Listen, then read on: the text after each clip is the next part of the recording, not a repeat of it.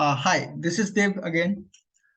और हमको पता है आपकी प्रिपरेशन बहुत अच्छी चल रही होगी। एग्जाम लगभग आ ही गया है। इसके बीच हम कुछ बचे हुए टॉपिक्स उनको कवर कर लेते हैं जल्दी से, ताकि आपकी पूरी कंप्लीट प्रिपरेशन हो सके। इस वीडियो में हम लोग बेसिकली बात करने वाले हैं मॉडर्न फिजिक्स, आधुनिक भौतिकी के बारे में। इसमें अर्धचालिक एवं लॉजिकल गेट को डिस्कस करेंगे। एक बहुत छोटा सा टॉपिक बचता है, बहुत ज्यादा इंपॉर्टेंट है। यहाँ से आपको बुलियन अलजेब्रा मतलब कि सत्यता सारणी और बुलियन लॉजिक में से एक नया क्वेश्चन जरूर मिल ही जाता है। कई बार तो सीधा सा सिंबल दिया जाता है और पूछा जाता है कि इसका सत्यता सारणी बता दीजिए, या फिर ये कौन से गेट का प्रतीक है। इस तरह के छोटे मोटे क्वेश्चन आपको देखने को मिल जाते हैं। इवन टफ क्वेश्चन भी बनते हैं, तो हम लोग डिटेल में डिस्कस करने वाले हैं कि किस तरह से इस यहाँ के क्वेश्चन को समझा जाए, उसको सॉल्व किया जाए, और किस प्रकार के क्वेश्चन बन सकते हैं। तो चल पहले बात करते हैं कि एक्चुअल में अर्धचालक क्या होते हैं। हम लोग बहुत छोटे से पढ़ते हैं, इवन क्लास 8 या फिर कई बार कक्षा 5 में भी हमको पढ़ने को मिलता है कि पदार्थों को उनकी चालकता के अनुसार तीन भागों में बांटा जाता है। सबसे पहले आता है कुचालक, उसके बाद अर्धचालक, और फिर सुचालक। सॉरी, सुचालक, अर्धचालक एवं कुचालक। मतलब कि सुचालक ऐसे पदार्थ, सुचालक, अर्धचालक और अचालक या फिर कुचालक, ये तीन तरह के पदार्थ हम डिवाइड कर सकते हैं। किसी पदार्थ को चालकता के आधार पर तीन भागों में बांट सकते हैं। तो सुचालक का मतलब ऐसे, सु मतलब अच्छा, चालक मतलब चलने वाला। तो ऐसे पदार्थ जिनमें विद्युत का चालन आसानी से हो जाता है, सारे के सारे सुचालक कहलाते हैं। जैसे कोई धातुएं हैं, गलित अवस्था, वैद्युत अपघट्य की गलित अवस्था। अर्धचालक का मतलब ऐसे पदार्थ, अर्ध का मतलब आधा, चालक का मतलब चलना, तो ऐसे पदार्थ जिसमें थोड़ी बहुत विद्युत धारा प्रवाहित होती है अर्धचालक कहलाते हैं। जैसे सिलिकॉन, जर्मेनियम, गैलियम, एंटीमनी, इस तरह के पदार्थ। अचालक का मतलब ऐसे पदार्थ जिनमें कोई भी विद्युत धारा का प्रवाह नहीं होता। फॉर एग्जाम्पल के लिए प्लास्टिक या फिर सूखी लकड़ी, गीली लकड़ी नहीं है। अच्छा, यहाँ से एक क्वेश्चन और बनता है कि आसुत जल विद्युत का सुचालक है या नहीं है। तो जब आसुत जल की बात करते हैं तो एक्चुअल में ये विद्युत का कुचालक है। लेकिन जो पानी हम लोग घरों में यूज करते हैं, पीते हैं खाने पीने में, वो एक्चुअल में विद्युत का सुचालक होता है। उसका रीजन ये होता है कि पानी का मतलब सीधा H2O, और H2O कभी भी विद्युत का सुचालक नहीं होता। इसमें जो बाकी के आयन मिले होते हैं, जैसे अगर हम अपने घरों में यूज होने वाले पानी की बात करें तो उसमें बहुत सारी अशुद्धियां मिली होती हैं, जैसे कैल्शियम और सल्फर के बाई कार्बोनेट और सल्फेट, सॉरी, कैल्शियम और सोडियम के बाई सल्फेट और कार्बोनेट मिले होते हैं, इनकी वजह से पानी अशुद्ध होता है। तो क्या होता है, अब हमको पता है कि सोडियम, अगर हम बात करें sodium sulphate, sodium by sulphate, sodium carbonate, by carbonate, तो एक्चुअल में क्या है, वैद्युत अपघट्य। और वैद्युत अपघट्य के जली विलयन में तो वैसे ही वैद्युत धारा प्रवाहित हो जाती है। तो इसी वजह से जो हम लोग घरों में पानी यूज करते हैं वो वैद्युत का सुचालक होता है। अच्छा, आसुत जल की बात करें तो आसुत जल में लगभग 10 की घात 6 अणुओं में लगभग कोई एक अणु होता है जिसमें आयनित होने का गुण होता है। मतलब कि बहुत कम मात्रा में ऐसे अणु होते हैं जो आयनित हो सकते हैं। इसी वजह से क्या होता है कि जो हमारा आसुत जल है वो विद्युत का कुचालक होता है। फिलहाल हम लोग बात करते हैं अगेन अर्धचालक की। तो ऐसे पदार्थ जिनमें विद्युत धारा का प्रवाह बहुत कम होता है। अब इसको थोड़ा सा, ये तो नॉर्मल सा कक्षा 8 की डेफिनेशन है, लेकिन इस चैप्टर में हम पढ़ रहे हैं तो किस कॉन्टेक्स्ट में पढ़ते हैं वो समझते हैं। यहाँ पर एक छोटा सा कॉन्सेप्ट आता है, अ, उसको हम बोलते हैं बैंड, बैंड थ्योरी, बैंड सिद्धांत। अच्छा, बैंड का मतलब बजाने वाला बैंड नहीं होता है, यहाँ पर बैंड का मतलब सीधा सीधा पट्टियां होता है। तो कैसा मानते हैं कि हम पदार्थों को, किसी भी पदार्थ में हम दो बैंडों को मानते हैं। सबसे पहला एक जो आता है चालन बैंड, चालन बैंड, और दूसरा होता है संयोजी बैंड, संयोजी बैंड। किसी भी पदार्थ की बात करें, मतलब किसी भी अणु की बात करें, तो किसी भी परमाणु की बात करें तो उसमें ये दोनों बैंड होते हैं हर एक। फॉर एग्जाम्पल के लिए अगर हम सोडियम की बात करें तो सोडियम में भी दो बैंड होंगे, एक संयोजी बैंड होगा, एक चालन बैंड होगा। किसी भी परमाणु की बात करें तो उसमें कोई ना कोई ये दो बैंड होने वाले हैं। अच्छा, अब हम बात करते हैं इन दो बैंड, इन बैंडों के अकॉर्डिंग पदार्थों की डेफिनेशन दी जाती है, चालक है, अर्धचालक है, या फिर कुचालक है। तो जिन पदार्थों के चालन बैंड और संयोजी बैंड आपस में एक दूसरे के ऊपर ओवरलैप लैप होते हैं, मतलब कि लगभग एक दूसरे के ऊपर अध्यारोपित होते हैं या फिर चढ़े हुए होते हैं, तो वो सारे पदार्थ चालक कहलाते हैं। इसका मतलब क्या हुआ कि संयोजी बैंड में जो इलेक्ट्रॉन है वो कब चालन बैंड में चले गए पता ही नहीं चला, मतलब एक दूसरे के ऊपर ये ओवरलैप है तो दोनों एक ही है। संयोजी वाले जितने भी इलेक्ट्रॉन है वो सब चालन में, चालन वाले संयोजी में, तो इस तरह से घूम सकते हैं।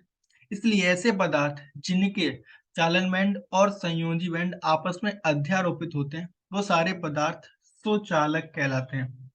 कुचालक की बात करें, ऐसे सभी पदार्थ जिनके संयोजी बैंड तथा चालन बैंड में 2 इलेक्ट्रॉन वोल्ट से ज्यादा का अंतर होता है वो सारे पदार्थ कुचालक कहलाते हैं। इन दोनों के बीच में अगर 2 इलेक्ट्रॉन वोल्ट से ज्यादा गैप है तो ये सारे के सारे कुचालक कहलाते हैं। अच्छा, अब मैं ये जब बैंड गैप की बात कर रहा हूँ तो ये अलग अलग बुक्स में अलग अलग डेफिनेशंस दी जाती है। कई बुक्स में ये 4 इलेक्ट्रॉन वोल्ट भी दिखता है, कई में 1.5 इलेक्ट्रॉन वोल्ट भी दिखता है। अब अगर हम बात करें जो क्लासिकल हमारे पुराने अर्धचालक हुआ करते थे, प्योर अर्धचालक, तो उनमें ये जो गैप होता है वो अर्धचालक के लिए होता है 0.6 वोल्ट से लेके 1.5, मतलब कि अगर इतने के बीच में है तो पदार्थ अर्धचालक होगा, 1.5 से ज्यादा है तो वो कुचालक होगा, और 0.6 से कम है तो वो पदार्थ चालक होगा। समझ लेते हैं। जिन पदार्थों में चालन बैंड और संयोजी बैंड एक दूसरे के ऊपर अध्यारोपित है वो चालक कहलाते हैं। जिनमें ये गैप 0.6 और 1.5 के बीच में है वो अर्धचालक कहलाते हैं। और जिनमें 1.5 से ज्यादा है वो सारे पदार्थ को चालक कहलाते हैं। ये प्रॉपर डेफिनेशन है बैंड थ्योरी के अकॉर्डिंग अर्धचालक और सुचालक और कुचालक की। आगे हम लोग बढ़ते हैं तो फिर बात करते हैं जैसे अर्धचालक एग्जाम्पल की बात करें तो सॉरी फॉर डिस्टरबेंस बाहर। अच्छा, फिलहाल छोड़िए, हम लोग बात करते हैं आगे। अगर हम लोग बात करें अर्धचालक, क्योंकि हमें सिर्फ अर्धचालक ही पढ़ना है, तो अर्धचालक क्यों कहलाते हैं अर्धचालक? बैलेंसी, आपने अगर संयोजकता का सिद्धांत पढ़ा है तो हमको पता है कि हमको वो पदार्थ जिनके बाह्यतम कोश में इलेक्ट्रॉन एकदम से फ्री अवस्था में घूमते हैं, कहीं भी घूमने के लिए फ्री है, वो सारे के सारे पदार्थ चालक कहलाते हैं। फॉर एग्जाम्पल के लिए अगर हम सोडियम की बात करें तो सोडियम का परमाणु क्रमांक 11 हुआ, पहले सेल में 2 इलेक्ट्रॉन, दूसरे सेल में 8 इलेक्ट्रॉन और तीसरे सेल में 1 इलेक्ट्रॉन मस्त घूम रहा है, मतलब कि 1 इलेक्ट्रॉन फ्री है, उस पर किसी इसको थोड़ी भी एनर्जी मिलेगी तो ये बाहर पहुंचेगा और आसानी से विद्युत धारा का प्रवाह करेगा। ऐसे ही वो सारे पदार्थ, वो सारे तत्व जिनके बाह्यतम कोश में फ्री इलेक्ट्रॉन अवेलेबल होते हैं वो आसानी से विद्युत का चालन कर सकते हैं। इसके जस्ट अपोजिट अगर हम क्लोरीन की बात करें तो परमाणु क्रमांक हुआ 17, बाह्यतम कोश में 2 इलेक्ट्रॉन, दूसरे सॉरी पहले कोश में 2, दूसरे में 8 और तीसरे कोश में 7 इलेक्ट्रॉन। अच्छा, हमको पता है कि किसी भी तत्व को टेंडेंसी ये रहती है कि अपने अष्टक को पूरा करे, अपने बाह्यतम कोश के 8 इलेक्ट्रॉनों को पूरा करे। तो यहाँ पर इसके बाह्यतम कोश में 7 इलेक्ट्रॉन है। अब ये 7 इलेक्ट्रॉन देने की बजाय 1 इलेक्ट्रॉन को लेने को प्रीफर करेगा। जब ये 1 इलेक्ट्रॉन को लेना चाहेगा तो हमें पता है कि विद्युत धारा का प्रवाह सिर्फ इलेक्ट्रॉनों की वजह से होता है। इस वजह क्योंकि इसको इलेक्ट्रॉन चाहिए तो ये इलेक्ट्रॉन नहीं देगा, और जब इलेक्ट्रॉन नहीं देगा तो कोई भी विद्युत धारा का प्रवाह नहीं होगा। इसके जस्ट अपोजिट बात करें, ये हम बात करते हैं ऐसा कोश, ऐसा तत्व जिसके बाह्यतम कोश में 1 इलेक्ट्रॉन, ऐसा तत्व जिसके बाह्यतम कोश में 7 इलेक्ट्रॉन, इनके बीच में अगर हम कहीं पहुंचे 4 वाले के पास में, कार्बन की बात करते हैं। कार्बन का परमाणु क्रमांक 6 हुआ, मतलब कि पहले कोश में 2 इलेक्ट्रॉन और दूसरे कोश में 4 इलेक्ट्रॉन। अब ये बेचारा बीच में फंसा है क्योंकि बाह्यतम कोश में 4 इलेक्ट्रॉन है, तो ये 4 लेना चाहेगा या फिर 4 देना चाहेगा। इस बीच की कंडीशन में ही अब ये ना तो इलेक्ट्रॉन ग्रहण करने की स्थिति में और ना ही इलेक्ट्रॉन देने की स्थिति में। तो इस स्थिति में क्योंकि अब कार्बन के नीचे कौन कौन बनेगा, carbon, silicon, sorry, carbon, silicon, germanium, gallium, tin, lead. I think ये सही है, अगर कुछ गलती नहीं है। फिलहाल हम अगर बात करें तो सिलिकॉन अर्धचालक है, गैलियम, जर्मेनियम और ये सारे के सारे क्या है, अर्धचालक। इनकी बात करेंगे तो क्योंकि इनके बाह्यतम कोश में लगभग 4 इलेक्ट्रॉन, सभी के बाह्यतम कोश में 4 इलेक्ट्रॉन है, तो इस कंडीशन में क्या होगा, थोड़ी थोड़ी विद्युत धारा प्रवाहित हो जाती है, बहुत कम। अच्छा, अब इसका मतलब हम क्या करें, हमारे पास दो कंडीशन है क्योंकि बाह्यतम कोश में कितने हैं, 4 इलेक्ट्रॉन है। अब अगर इनको कहते हैं शुद्ध अर्धचालक, इनको कहते हैं शुद्ध अर्धचालक क्योंकि ये प्राकृतिक रूप में इनके बाह्यतम कोश में 4 ही इलेक्ट्रॉन होते हैं। अब हमारे पास दो ऑप्शन बनते हैं, हम क्या कर सकते हैं, ये जो शुद्ध अर्धचालक है जिनके बाह्यतम कोश में 4 इलेक्ट्रॉन है, इनको या तो हम एन टाइप या फिर पी टाइप अर्धचालक बना सकते हैं। एन टाइप और पी टाइप अर्धचालक बना सकते हैं कैसे? फॉर एग्जाम्पल की बात करें, सिलिकॉन, बायतम कोष में 4 इलेक्ट्रॉन, ऐसे ही बहुत सारे सिलिकॉन होंगे, क्योंकि सिलिकॉन ऐसा तो नहीं एक परमाणु को ले लिया हमने, ऐसे बहुत सारे सिलिकॉन के परमाणु ले रखे हैं हमने। अब अगर हम क्या करें, इस सिलिकॉन में किसी भी ऐसे तत्व को मिला दें जिसके बाह्यतम कोष में 3 इलेक्ट्रॉन है, कितने?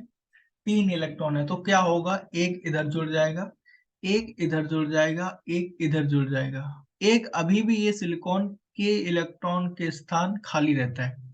जब भी किसी इलेक्ट्रॉन का स्थान खाली रहता है तो इसको बोलते हैं कोटर। क्या बोलते हैं?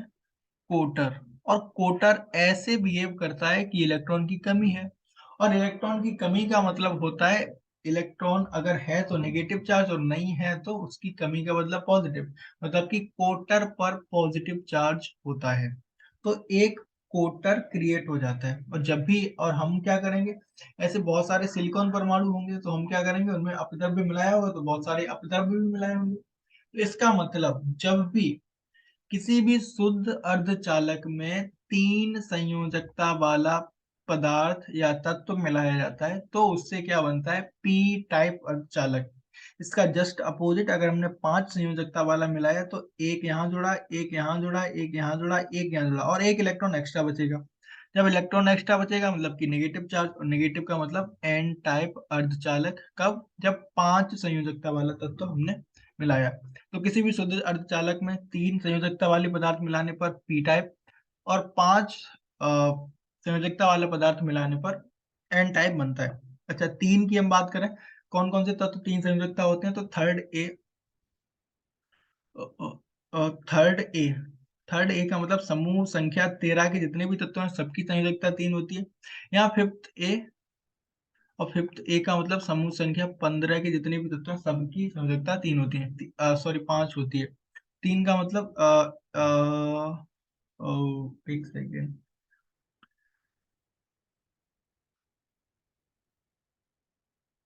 आयतम कोश में 3 इलेक्ट्रॉन मतलब कि 5, परमाणु क्रमांक 5 होता है boron, aluminium, gallium, indium, thorium. तो और इसके बाद 15 की बात करें तो 15 का मतलब आयतन कोश में 5, 5 इलेक्ट्रॉन मतलब कि 7, मतलब कि nitrogen, phosphorus, arsenic, antimony, bismuth. तो ये सारे 5 संयोजकता वाले तत्व, और ये सारे 3 संयोजकता वाले तत्व। इनमें से हम क्या कर सकते हैं, किसी भी को भी मिलाएंगे तो पी टाइप अर्धचालक बनेगा, और इनको मिलाएंगे तो एन टाइप अर्धचालक बनेगा।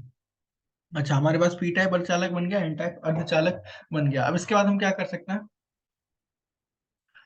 इसके बाद हम क्या कर सकते हैं, हमारे पास एन टाइप है और पी टाइप है। अब हम क्या कर सकते हैं, इन दोनों को जोड़ देते हैं, जहाँ पर एब्लास भंजन बहुत बार पूछा जाता है। संधि अवच्छेद परत किस तरह से बनती है, ये सब क्वेश्चन बनते हैं। तो हमने क्या किया, अभी हमारे पास एक एन टाइप अर्धचालक है और हमारे पास एक पी टाइप अर्धचालक है। जैसे ही हम इन दोनों को जोड़ते हैं तो एन का मतलब नेगेटिव और पी का मतलब पॉजिटिव, ऐसा जोड़ सकते हैं, या फिर पी को इधर ले लेते हैं, एन को इधर ले लेते हैं। पी टाइप इधर है और एन टाइप इधर है। इस डोनेशन को, ये हमने जो जोड़ा है ना, इसको इस तरह से प्रकट करते हैं चित्र के माध्यम से, एक एरो इधर और एक लाइन इधर। ये जो आपको एरो ट्रायंगल दिखता है ये पॉजिटिव होता है, और ये जो लाइन होती है वो निगेटिव होती है। अच्छा, अब एक जो बात यहाँ पर समझ में आती है कि यहाँ पी का मतलब यहाँ पर सारे कोटर होंगे, कोटर एक्स्ट्रा होंगे, एन का मतलब यहाँ पर इलेक्ट्रॉन एक्स्ट्रा होंगे।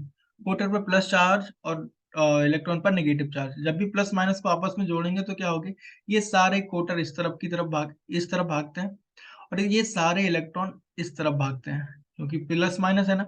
और ये सारे आकर यहाँ पर इकट्ठे होकर एक परत बना देते हैं जिसको हम कहते हैं अवच्छय परत। और ये अवच्छय परत बनती कैसे है, हमने जैसे एन और पी को जोड़ा, एन और पी को जोड़ेंगे तो हमको पता है पॉजिटिव चार्ज और नेगेटिव चार्ज एक दूसरे की तरफ आकर्षित होते हैं, और ये सारे इलेक्ट्रॉन इस तरफ इकट्ठे हो जाते हैं, ये सारे कोटर इस तरफ इकट्ठा हो जाते हैं, और इस तरह से ये बन जाती है हमारी अवच्छय परत। अच्छा, अब जैसे ही अवच्छय परत बन गई, अब क्या होगा, अब इलेक्ट्रॉन अब ना, तो अब जैसे ही मतलब क्या हुआ, एक कंडीशन बाद, हमको पता है इलेक्ट्रॉन इधर थे, प्रोटॉन इधर थे, आपस में इकट्ठे हुए, और एक कुछ ने कैंसिल कर दिया, बचे हुए दूसरी साइड में इकट्ठा हो गए। अच्छा, ये तो ठीक है। अब यहाँ पर एक, इसको बोलते हैं, इस परत को ही बोलते हैं अवच्छय परत। अब यहाँ पर एक क्वेश्चन और बनता है कि इलेक्ट्रॉन इन डायोडों को किस तरह से जोड़ते हैं। फॉरवर्ड बायसिंग या फिर रिवर्स बायसिंग, मतलब कि अग्र अभिनति और पश्च अभिनति। तो बस इतना जानिए, अग्र अभिनति, अग्र अभिनति, अग्र अभिनति का मतलब होता है जब हम पी टाइप को प्लस से जोड़ दें और एन टाइप को नेगेटिव से जोड़ दें, तो ये होता है अग्र अभिनति। इसका जस्ट अपोजिट पश्च, मतलब कि पीछे वाला, समझ में आ रहा है, पश्च अभिनति। इसका मतलब होता है नेगेट पी टाइप को नेगेटिव से जोड़ दें और एन टाइप को पॉजिटिव से जोड़ते हैं, तो ये पश्चावनति और अग्नति। आपके लिए इतना ही जानना जरूरी है कि इनको किस तरह से जोड़ते हैं। तो पश्चावनति मतलब कि क्वेश्चन किस तरह से बन सकता है, जैसे ये वाला हमको दिख रहा है ना, ये पी टाइप है, ये पी टाइप है और ये एन टाइप है। तो अगर हमने क्या किया, बैटरी को इस तरह से जोड़ा, ये रही हमारे पास बैटरी, ये वाला बड़ा वाला हमको पता पॉजिटिव होता है, छोटा वाला नेगेटिव होता है। तो अभी कौन सी अभिनेत्री में, ये अग्र अभिनेत्री में है। इसका जस्ट अपोजिट हम क्या करते हैं, इधर वाला बड़ा होता है, मतलब कि ये वाला माइनस ये वाला प्लस कर देते, तो ये पश्च अभिनेत्री में हो जाता है। ये आपको याद रखने वाला, क्योंकि वो चित्र देख के शायद सीधा पूछा जा सकता है कि दिया गया चित्र अग्र अभिनेत्री में है या फिर पश्च अभिनेत्री में है। ठीक है, आगे हम बात करते हैं। जैसा कि हमको समझ में आया डायोड का मतलब, ये अभी आपने देखा ये क्या था, डायोड। डायोड का मतलब क्या था, क्यों, क्योंकि यहाँ पर हमने दो अर्धचालकों को जोड़ा। ऐसा ही आपको समझ में आता है डायोड के बाद ट्रायोड ट्रांजिस्टर, ट्रायोड या फिर ट्रांजिस्टर। ठीक है, तो ट्रांजिस्टर का मतलब क्या हुआ, तीन को जोड़ दिया, तो एक एन हमारे पास था, बीच में हमने इसको पी को जोड़ा था, अब हम क्या कर सकते हैं, एक और एन को डाल दिया, तो एन पी एन, तो ये एन पी एन ट्रांजिस्टर बन गया। ऐसे ही क्या हो सकता है, पी हमारे पास है, एन बीच में डाला और उसके बाद एक और पी, मतलब कि पी एन पी। तो ट्रांजिस्टर दो दो टाइप के होते हैं, एन पी एन और पी एन पी। ये किस तरह से फंक्शन करते हैं थोड़ी डिटेल की बात है, फिर कभी डिस्कस करेंगे। आपके सिलेबस के पर्सपेक्टिव से, टीजीटी के पर्सपेक्टिव से बिल्कुल भी इतना इंपॉर्टेंट नहीं है। ठीक है, तो दो प्रकार के ट्रांजिस्टर होते हैं, एनपीएन और पीएनपी। अब इन लॉजिक गेट्स, सॉरी, इन ट्रांजिस्टर और डायोड का यूज करके एक लॉजिक गेट्स बनते हैं। लॉजिक गेट, बड़ा सही समझ में आ रहा है कि इसमें तो लॉजिक होगा, और गेट का मतलब ऐसी जगह जहां से कुछ ना कुछ निकलता हो, तो लॉजिक गेट। अच्छा ठीक है, तो लॉजिक गेट बनता है। अब लॉजिक गेट हम लोग जो पढ़ते हैं ना, वो नॉर्मली तीन टाइप के, मतलब कि मूल अवस्था में ये तीन प्रकार के होते हैं। सबसे पहले एंड, और नॉट, तीन गेट हम पढ़ते हैं। ठीक है, एंड और नॉट। एंड का मतलब, जैसे अभी देखो हमारे पास क्या हुआ, जैसा इनका नाम है वैसे ही बिल्कुल सेम टू सेम इनका काम है। एंड और नॉट, इनका नोटेशन की अगर हम बात करें तो इनको इस तरह से, ये एंड गेट का नोटेशन, ये और गेट का नोटेशन इस तरह से होगा, और ये होता है नॉट गेट का नोटेशन। ठीक है, इस तरह से हम इनको डोनेट करते हैं। अच्छा, एंड का मतलब सीधा ये हुआ कि जैसे हमारे पास दो स्विच मान लेते हैं। ठीक, हमारे पास क्या है, दो स्विच है, हमने क्या किया, दो स्विच को इस तरह से जोड़ रखा है, दो स्विच को इस तरह से जोड़ रखा है, और एक यहाँ पर बल्ब को लगा रखा है। तो अब हमें पता है कि ये बल्ब तभी जलेगा जब ये स्विच ऑन होगा और ये वाला स्विच ऑन होगा। तो एंड का सीधा मतलब समझ में आ रहा है, एंड का मतलब कि जब दोनों, ये वाला ए बोल लेते हैं, इसको बी बोल लेते हैं, तो ए एंड बी जब तक दोनों ऑन नहीं होंगे तब तक बल्ब नहीं जलेगा। और को अगर हम रिप्रेजेंट करने की बात करें, तो मान लेते हैं हमारे पास ये रहा बल्ब, बल्ब थोड़ा सा समझ लें, बस बल्ब है। ठीक है,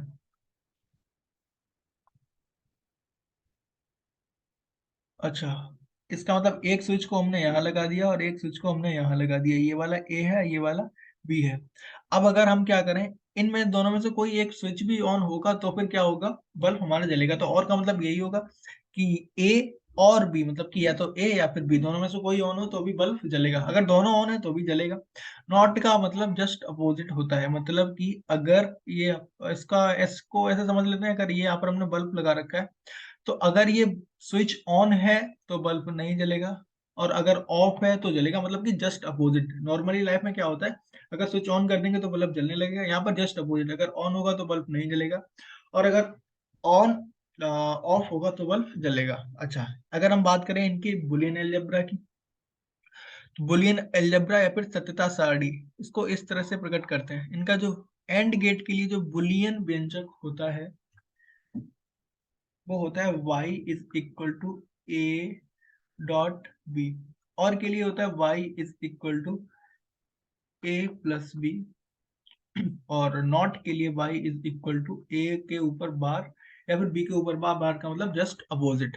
सत्यता सारणी की बात करें, सत्यता, अच्छा इसका मतलब ये हम बात करते हैं, ये क्या बुलियन व्यंजक, मैंने क्या लिखा, क्या हुआ।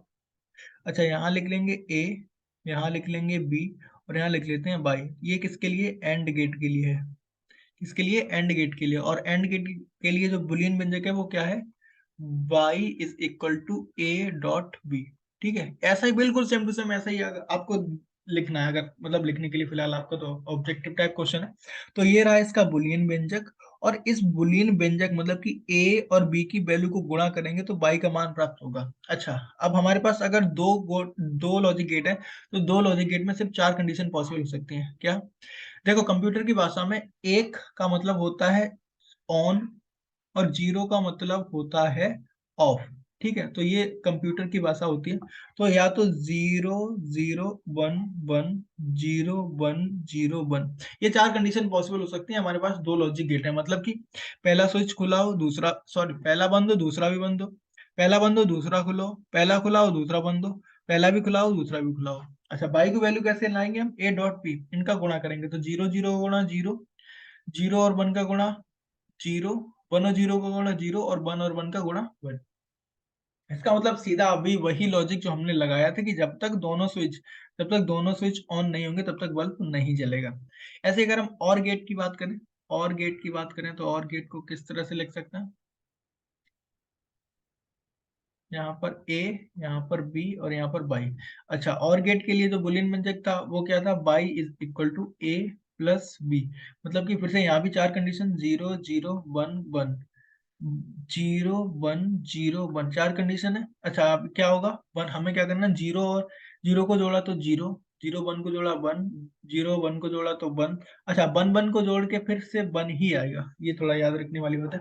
ठीक है, तो अगर हम देखें तो हमें वही लॉजिक दिखाई पड़ रहा है कि अगर एक भी स्विच खुला होगा तो बल्ब जल जाएगा। नॉट गेट की बात करें तो जस्ट अपोजिट होता है, नॉट गेट में हमें पता है सिर्फ एक ही गेट लेता है, तो इसका मतलब यहाँ पर क्या होगा, ए और बाई, और यहाँ दो कंडीशन हो सकती है, 0 और 1। जब भी 0 होगा तो जल जाएगा, और 1 होगा तो 0 हो जाएगा। तो ये तीनों सत्यता सारणी बुलियन व्यंजक इस तरह से इनके लिखे जाते हैं। याद रखने वाली बात है बस, एंड गेट का ए डॉट बी, ए और बी का गुणा करना होता है, और का ए प्लस बी, और नॉट का ए के ऊपर बार या फिर बी के ऊपर बार, या फिर जो कुछ भी ऑब्जेक्ट हम लेंगे उसके ऊपर बार। तो ये आए थे हमारे लॉजिक गेट। आगे हम लोग अगले वीडियो में डिस्कस करेंगे कुछ मजेदार क्वेश्चंस के बारे में, इसी से रिलेटेड, और आगे के टॉपिक को हम डिस्कस करेंगे। अगर आप लोग चैनल पर नए हैं तो बिल्कुल इसको सब्सक्राइब करके जाएं, और हाँ, शेयर करना ना भूलें। और आपका एग्जाम जल्द ही शुरू होने वाला है, तो बिल्कुल best of luck for your exam. मिलते हैं जल्द ही नेक्स्ट वीडियो।